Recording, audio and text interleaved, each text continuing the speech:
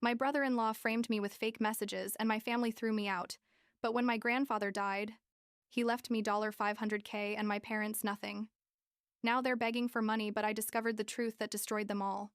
I'm 23 years old, studying graphic design at university, and what happened about a year and a half ago basically destroyed my family in a way I never imagined possible. The truth is, I still have trouble believing it when I think about it. Like, how did we get here? I guess I should start at the beginning. Although the beginning is kind of complicated to define because things had been weird for a long time, I just didn't see it. I grew up in a house where everything had to be perfect. I mean, my parents are those people who care a lot about what the neighbors think. The family, the church people, everyone.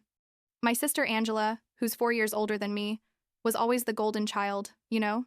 She got the best grades, was super obedient, married young to Raymond, who was like the perfect son-in-law, according to my parents. He had a good job in finance and came from a decent family. I, on the other hand, was always the weird one, the one who wanted to study art instead of something practical like accounting or nursing, the one who dated a guy who lived in another state. Basically the walking disappointment, even though I never really did anything bad. My grandfather, my mom's dad, was literally the only person in my family who understood me. Since I was little, I always had a special connection with him. Like, when everyone criticized me for wanting to be a designer, he told me to follow my dreams. That money isn't everything. My grandmother was also always sweet to me, but my grandfather was different. He actively defended me from my parents when they got intense. I remember once, I was like 16 years old. My dad yelled at me because I got a B in math, and my grandfather told him something like, "Leave her alone. Not everyone has to be a genius with numbers." And my dad got really mad, but he couldn't say anything to my grandfather because he respected him too much. The thing is, when I started college, my parents got worse with their controlling attitude. They wanted to know where I was all the time, who I was going out with, what I was doing, and they got angry because my boyfriend Carlos lived in another state, and according to them, that wasn't a serious relationship. Angela by then had already been married to Raymond for like 2 years, and they lived in a nice house that was about 10 blocks from my parents' house, and they always used them as an example. Like, look how Angela did things right, she got married, she's stable, blah blah blah. What happened was, in December of my 3rd year of college, there were 2 weeks left before my final exams.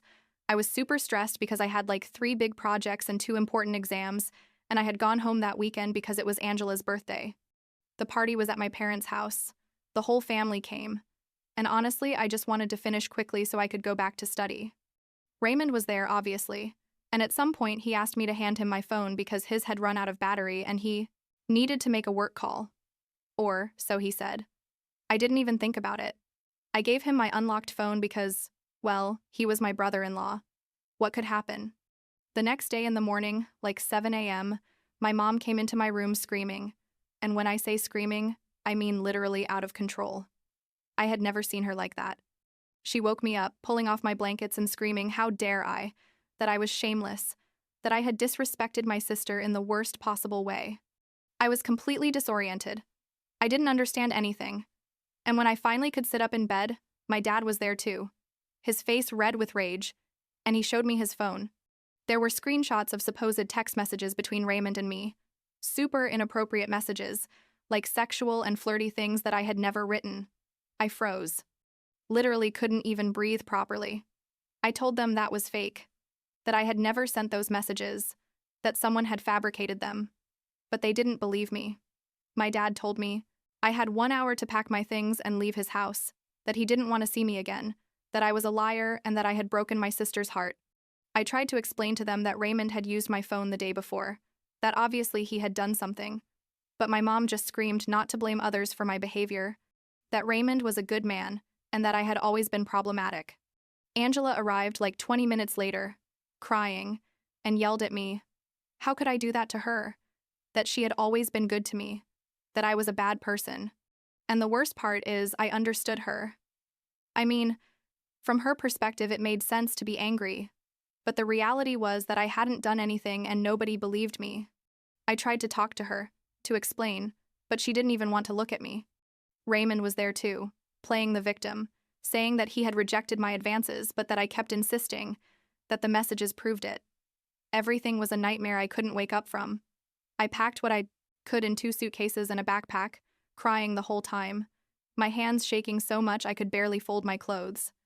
I called my grandmother from the Uber because I didn't know where else to go. Carlos was like 1,000 miles away, and it was final season for him too. My grandmother told me to come immediately to her house, that she and my grandfather were going to take me in without asking questions. When I arrived, my grandfather hugged me and said, "Tell us your version." And I told him everything. Absolutely everything. And he believed me. Just like that. Without hesitation. He told me he knew his children. He knew what my parents were like, that something didn't add up in that whole story because he knew me. And he knew I wasn't capable of doing something like that. The next few days were horrible. I had to study for finals, but I could barely concentrate. I cried all the time. I felt betrayed in a way I can't even explain. How do your own parents throw you out on the street, without even listening to you? How does your sister hate you without giving you the chance to defend yourself? My grandmother made me food and forced me to eat, even though I wasn't hungry. My grandfather sat with me and told me everything was going to be okay, that the truth always comes to light. Like 3 days later, my dad showed up at my grandparents' house. I was upstairs studying, and I heard the argument from my room. My dad told them they were making a mistake by supporting me, that I was a liar, and they were being deceived. My grandfather, who was generally a calm man, yelled at him, which I had never heard. He told him that he had raised that girl too, that he knew her better than anyone, and that if he couldn't see that something else was going on, then he was blinded by his pride. My dad responded that then he didn't want to hear from them again, that if they chose to believe me, then they had chosen their side. And he left slamming the door. I managed to finish the semester. I don't even know how. I got decent grades considering the circumstances, and I stayed living with my grandparents. Carlos visited me during winter break, and it was literally the only time in weeks that I felt somewhat normal. He was also furious about the whole situation. He wanted to go confront Raymond, but I told him it wasn't worth it, that it would only make things worse. January passed, February passed, and I still wasn't talking to my parents or Angela. Honestly, I was starting to accept that this was how things were going to be from now on, that I had lost my family. And then in March, the worst thing that could happen happened. My grandfather had a heart attack and died. Just like that, suddenly, without warning, without saying goodbye. He was in the garden pruning his rose bushes, and my grandmother found him there. It was already too late to do anything. It was devastating. Not only had I lost my grandfather, who was my unconditional support, but on top of that, I had to deal with the funeral knowing my family would be there and things were going to be super tense. But it turns out my parents didn't even go to the funeral. They sent a flower arrangement and a message saying they were out of town for work and couldn't cancel the trip. My grandmother was devastated. I was devastated, and they didn't even bother to show up. I found out later from a cousin that they were seen that same week at the mall buying things, that they had never been out of town, that basically it was all a lie. The days after the funeral were weird. My grandmother cried a lot. I tried to be strong for her, but inside I was falling apart. Carlos had to go back to his state, but he called me every day. And then, like 2 weeks after the funeral, my parents showed up at the house.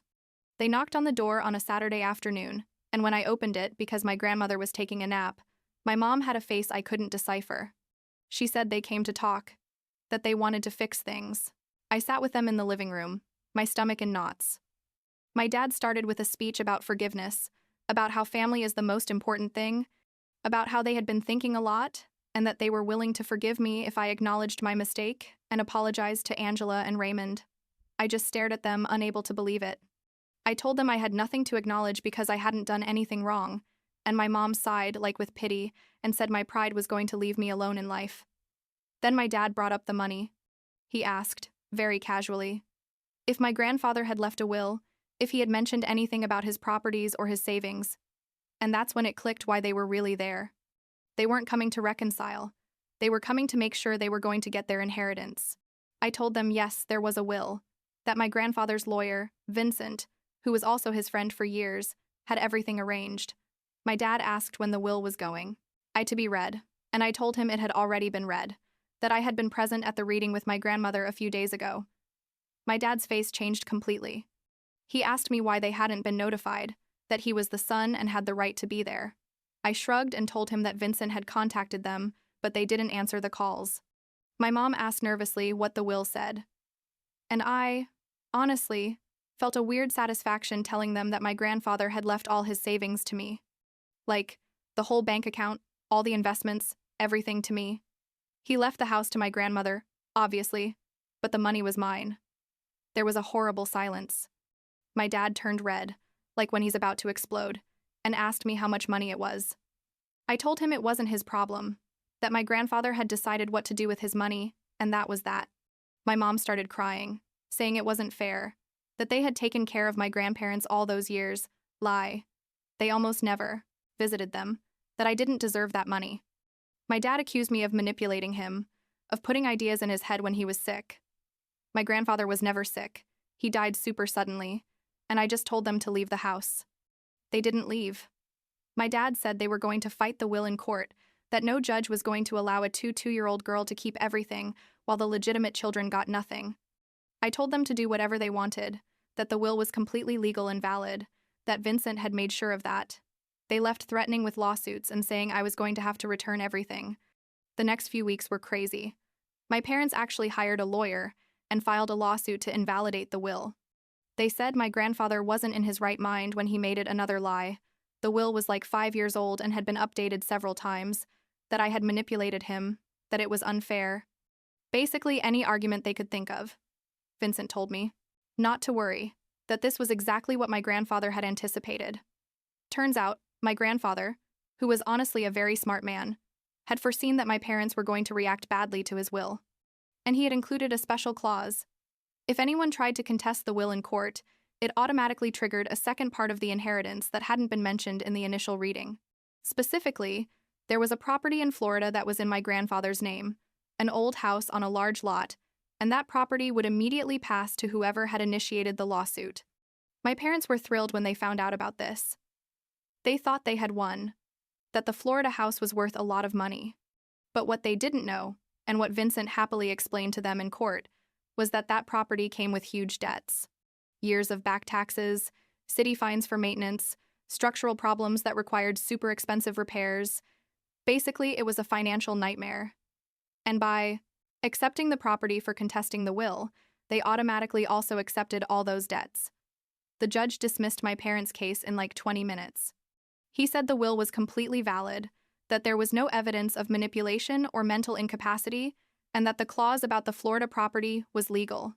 My parents were stuck with a house they couldn't sell because nobody wanted to buy it with all those debts, and that was costing them like $2,000 a month between back taxes and interest.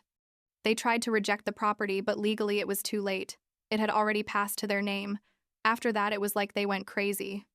They sent me messages all the time, sometimes begging me to help them with my grandfather's money to pay the house debts, sometimes insulting me and saying I had destroyed the family. Angela also wrote me, crying in voice messages saying that because of me, my parents were going bankrupt. How could I be so cruel? I blocked everyone. Like 6 more months passed. I kept studying, using part of my grandfather's money to pay for my university without student loans, which was a huge blessing. I lived with my grandmother, who was better but obviously still sad about my grandfather. Carlos and I were still together. He visited me when he could, and we were making plans to live together after graduation. And then one day, totally out of nowhere, Angela showed up at the house, alone without Raymond, with swollen eyes from crying. I opened the door for her because honestly I felt sorry for her, and she came in and broke down. She started apologizing to me between sobs, saying she had made a horrible mistake, that she had judged me without evidence, that she had been an idiot. I asked her what had happened, and she told me she had found Raymond with another woman, literally caught them in their bed. Super cliché. And when she checked his phone afterwards, she found that he had saved his lover's number under my name. I mean, he had used my name as a fake contact to hide his messages with her. And not only that, when Angela confronted the other woman, she told her that Raymond had told her he was in a loveless marriage, that his wife was boring, that they had been seeing each other secretly for months. Angela told me that's when she understood everything. That Raymond had used my phone that day at the birthday party to send messages to himself from my number, fabricating all that false evidence. That he had done it because I had probably seen something that day, or because he feared I had seen him with his lover at some point and wanted to get ahead so that if I said something, nobody would believe me.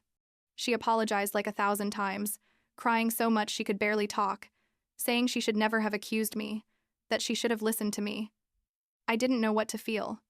Part of me wanted to yell at her that she had destroyed my life, that because of her, I had lost a year and a half of my life in horrible family drama, that she had thrown me out on the street without giving me the chance to defend myself.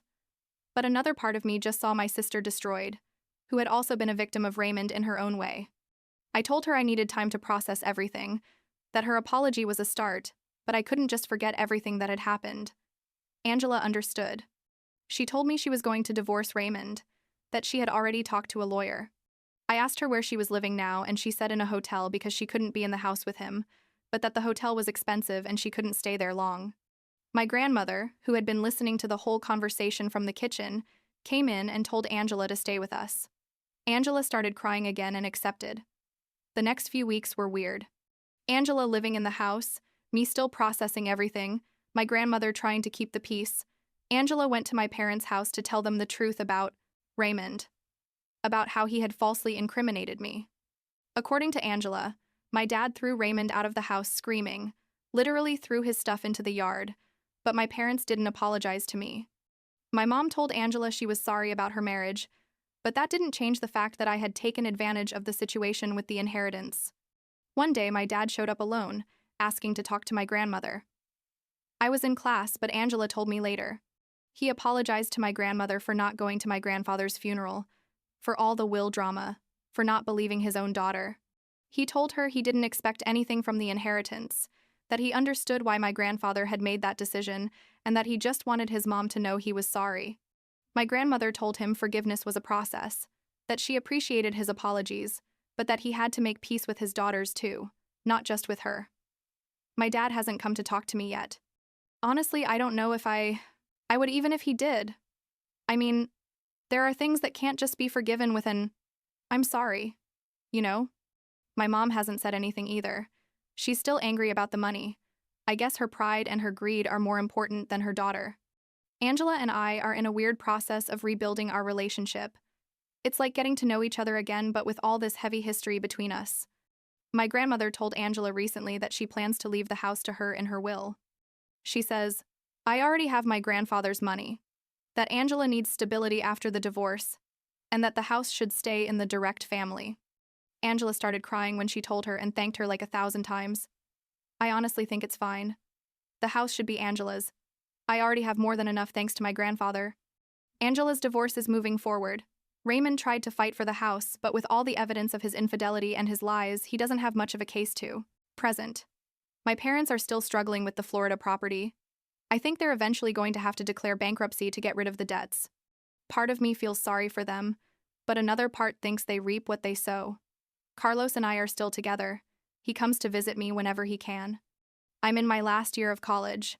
My grades are good. I have a future ahead. I live with my grandmother who fills me with love every day. Angela is in the room next door rebuilding her life.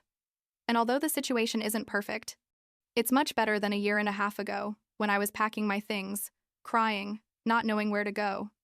My grandfather in his grave is probably very satisfied with how things turned out. He always told me the truth comes to light, that people who really love you will believe and support you. He was right, I guess. Although the road to get here was painful like you have no idea.